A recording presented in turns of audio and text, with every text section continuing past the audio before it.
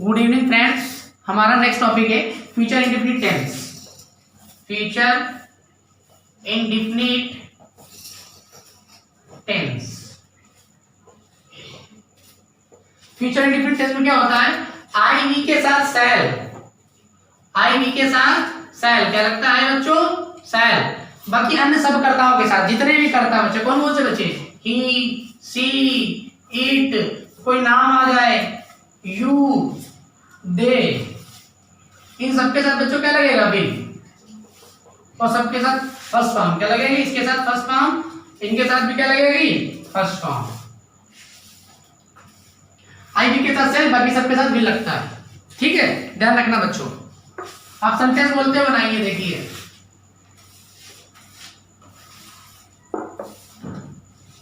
मैं आज सुबह यह पुस्तक पढ़ूंगा। मैं आज सुबह यह पुस्तक पढ़ूंगा। पहचान बच्चों पहले ही बता चुके आपको, पहले ही टेंस में हमने।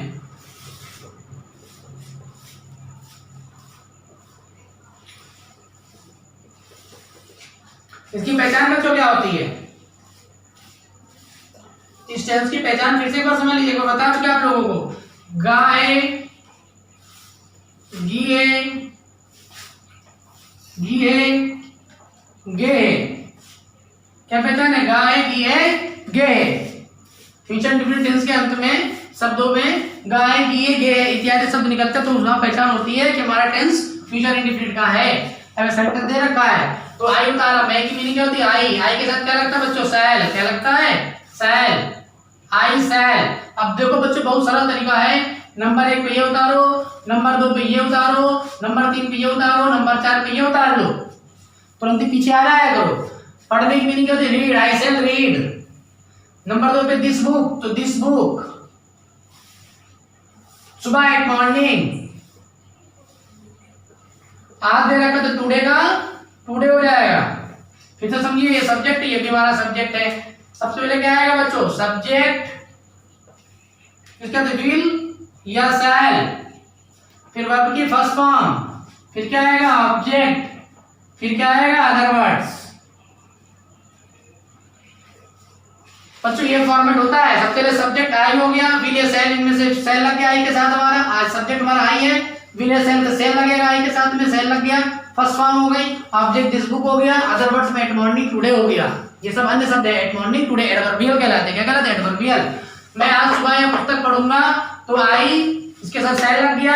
उसके बाद तरीका ये भी है, नंबर 1 पे रीड, तो नंबर 1, नंबर 2 पे या पुस्तक, तो नंबर 2 पे पुस्तक, नंबर 3 पे ये, तो नंबर 3 पे ये, आज नंबर 4 पे, नंबर 4 पे। कोई भी टेंस बनाना है, सब पे नियम फॉलो करेगा। 1 2 3 4 वाला।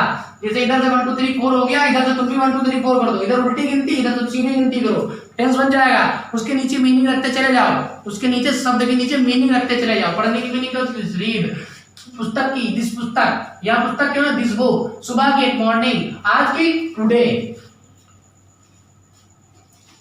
हम तुम्हारे साथ इलाहाबाद चलेंगे। हम तुम्हारे साथ इलाहाबाद चलेंगे। कैसे बनेगा? वी क्या रहेगा? Shall. Go to Allahabad with you.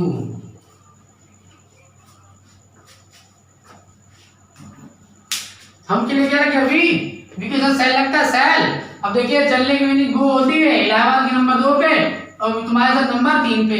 तो यहाँ तक की उदाहरण लिया था। चलने की मीनिंग नंबर 1 पे, इलाहाबाद टू इलाहाबाद, तुम्हारे साथ नंबर 3, तो तुम्हारे साथ नंबर 3 पे। 1 2 3, तुमने 1 2 3 इधर से कर दिया। अगर ऐसे देखो, सब्जेक्ट सब्जेक्ट, विल लग, सेल में सेल लग गया, फर्स्ट फॉर्म लग गई, ऑब्जेक्ट लग गया to Allahabad, other words with you. है ना बच्चों? इस तरह सेंटेंस बनते हैं। निगेटिव सेंटेंस बनाना हो, जैसे बच्चों निगेटिव,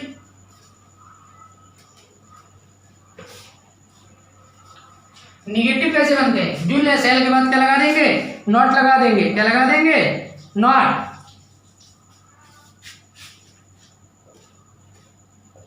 वह यहां नहीं आएगा, जैसे सेंटेंस दे रखा है, वह यहां नहीं आएगा, तो वहां के लिए क्या लगेगा? ही के साथ क्या लगेगा? विल के बाद क्या लगेगा? Not come here. ये ही दे रखा है, ये सब्जेक्ट है, सब्जेक्ट साथ क्या लगता है? विल या शैल। तुरंत क्या लग जाएगा? नॉट के साथ क्या लगेगी? फर्स्ट फॉर्म में क्या लगेगा? ऑब्जेक्ट।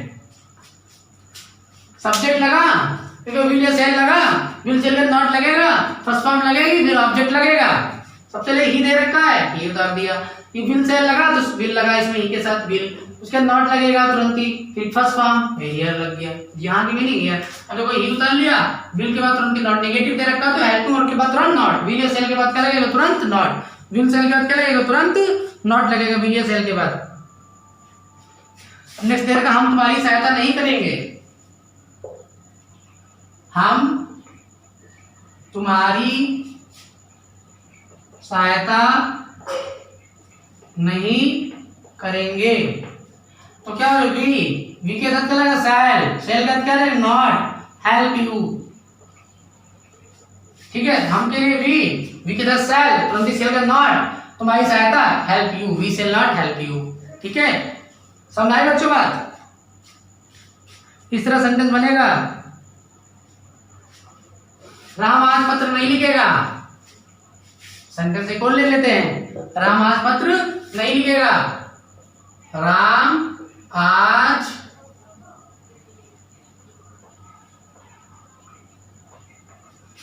पत्र नहीं लिखेगा, Ram will not write a letter. आज की क्या रहेगी? टुडे। तो राम हो गया यहाँ पर, देखिए उसका राम विल लगेगा तो नहीं दे रखा, नॉट लगेगा तो विल के बाद, लिखने में राइट होती, राइट एक पत्र लिखेगा, ए लेटर, या पत्र लिखेगा राइट ए लेटर, और आज की मीनिंग टुडे उतार दी, है ना? तो वही देखो, सब्जेक्ट विल, उसके बाद नॉट लग गया, first form object, other words क्या हो जाएगा? ये अदर वर्ड्स, ये अदर वर्ड्स में आ जाएगा टुडे। अब दे रखा है बच्चों सिंगल इंट्रोगेटिव सेंटेंस।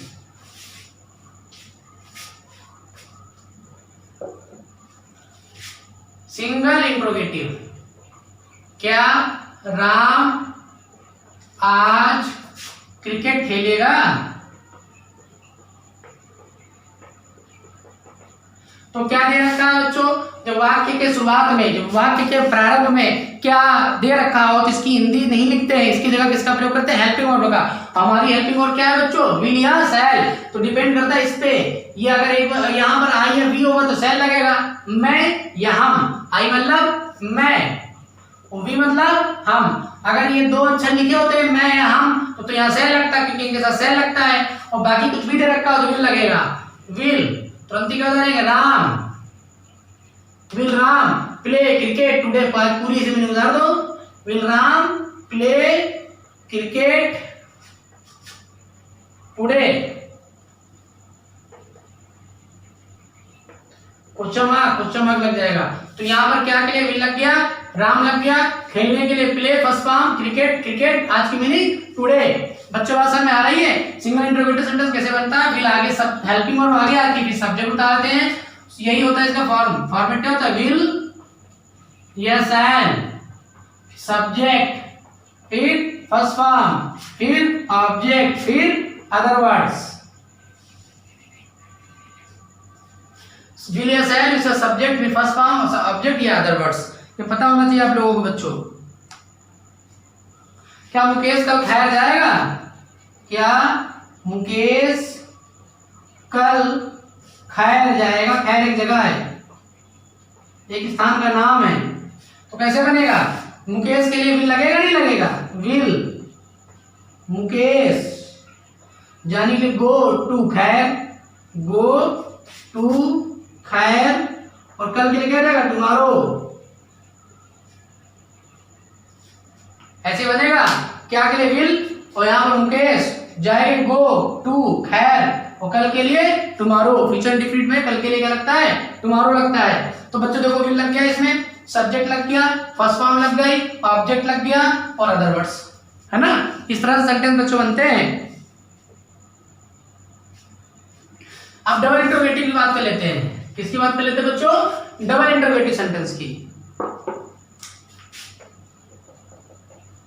वह आज क्या खाएगा, इसे दे रखा है, तो बीच में क्या दे रखा है, इसकी मीनिंग सबसे पहले ले लेते हैं व्हाट। वाक्य के मध्य में, वाक्य के मध्य में कब, क्यों, कहां, कैसे, कितना, ये सब दे रखा हो तो इसकी मीनिंग सबसे पहले लिखते हैं। और ये अगर शुरुआत में होती तो फिर नहीं लिखते, हेल्पिंग वर्ड लगाते तब, लेकिन बीच में होती इसकी मीनिंग सबसे पहले लिखते।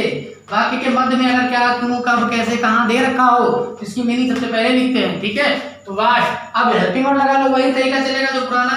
वाट के साथ हेल्पिंग वर्ड क्या लगी, वहां दे रखा तो विल, वाट विल ही, खाने की ईट, और आज की मीनिंग क्या लगेगी, टुडे। क्वेश्चन मार्क यहाँ लगेगा और यहाँ भी क्वेश्चन मार्क लगेगा, तो क्या बनेगा इसकी मीनिंग वाट। वाट के साथ विल कैसे, कैसे पता चला है विल आया, ये वाह दे रखा है, वाह, और वाह वाला ही के साथ क्या लगता है विल, तो विल लगा, वाट विल। सब क्वेश्चन वर्ड के बाद तुरंत हेल्पिंग वर्ड, क्वेश्चन वर्ड के बाद तुरंत हेल्पिंग वर्ड, याद कर लो, ठीक है। यहाँ पे एक सेंटेंस बना लो, क्वेश्चन वर्ड। अब देखिए क्वेश्चन वर्ड बनाने के बाद क्वेश्चन वर्ड विल या शैल, विल लग गया, सब्जेक्ट ही हो गया, फर्स्ट फॉर्म हो गई, ऑब्जेक्ट हो गया, है ना बच्चों। कुछ और दे नहीं रखा है यहाँ पर। तो सबसे पहले क्या होता है, क्वेश्चन वर्ड है, क्वेश्चन वर्ड बढ़ा लो बस, खाली क्वेश्चन वाचक शब्द बढ़ा लो, बाकी तरीका सब वही है बच्चों। अब अगर ये नेगेटिव बनाना हो तो ही के बाद नॉट लग जाएगा, ठीक है। सिंगल इंटरोगेटिव नेगेटिव तो सब्जेक्ट बाद नॉट लग जाएगा, बस और कुछ नहीं करना होता है, ठीक बच्चों। आज के लिए इतना ही। अधिक से अधिक वीडियो देखें, अधिक से अधिक इसको शेयर करें। धन्यवाद बच्चों।